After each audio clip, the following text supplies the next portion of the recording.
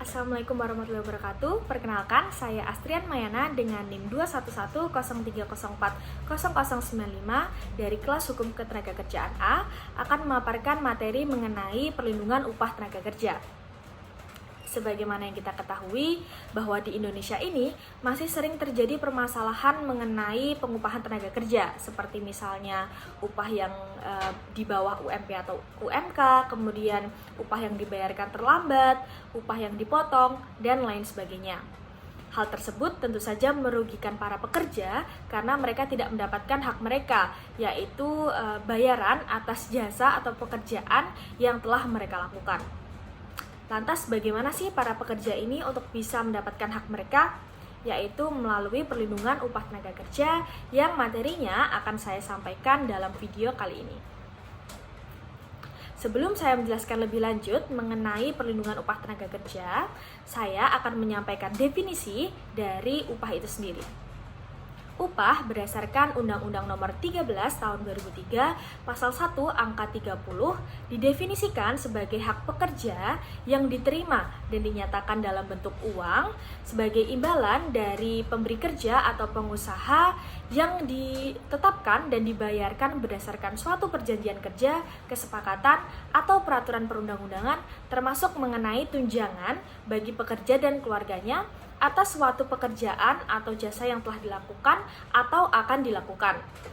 Adapun dari definisi upah tersebut bisa kita highlight bersama mengenai komponen dari upah, yaitu yang pertama, upah tanpa tunjangan atau upah pokok, yang kedua, upah pokok dan tunjangan tetap, dan yang ketiga, ada upah pokok, tunjangan tetap dan tunjangan tidak tetap, kemudian yang keempat ada upah pokok dan tunjangan tidak tetap.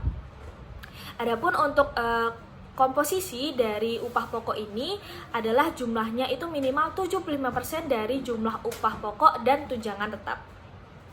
Kemudian untuk kebijakan dari pengupahan ini diatur dalam peraturan perundang-undangan di Indonesia, yakni dalam Undang-Undang Nomor 13 Tahun 2003, Junto Undang-Undang Nomor 11 Tahun 2020, dan Peraturan Pemerintah Nomor 36 Tahun 2021.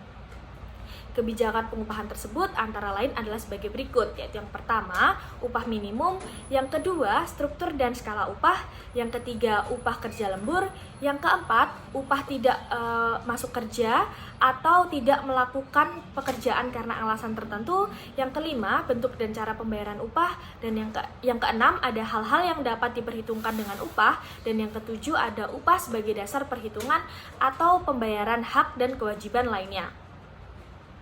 Sebagaimana salah satu dari kebijakan pengupahan, upah minimum adalah upah bulanan terendah yang ditetapkan setiap tahun sebagai jaring pengaman di suatu wilayah.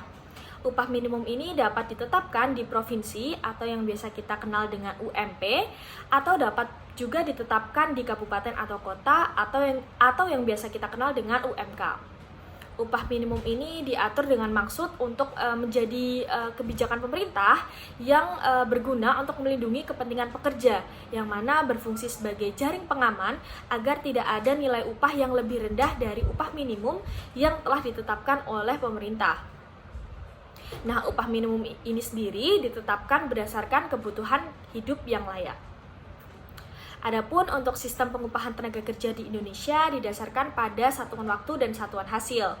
Pengupahan atas dasar satuan waktu ini terbagi menjadi 3, yaitu yang pertama ada upah per jam, yang kedua upah harian, dan yang ketiga ada upah bulanan. Sementara itu untuk pengupahan atas dasar satuan hasil ini ditetapkan sesuai dengan hasil pekerjaan yang telah disepakati serta penetapan besar upah yang juga telah disepakati pula. Adapun untuk penetapan upah sebulan ini didasarkan pada rata-rata 12 bulan terakhir yang diterima oleh pekerja. Kemudian sebagaimana yang kita ketahui bahwa upah ini adalah hak dari pekerja yang harus diberikan oleh pemberi kerja. Akan tetapi pemberi kerja ini tidak wajib untuk memberikan upah apabila pekerjaan itu tidak dilaksanakan atau tidak dilakukan oleh pekerja.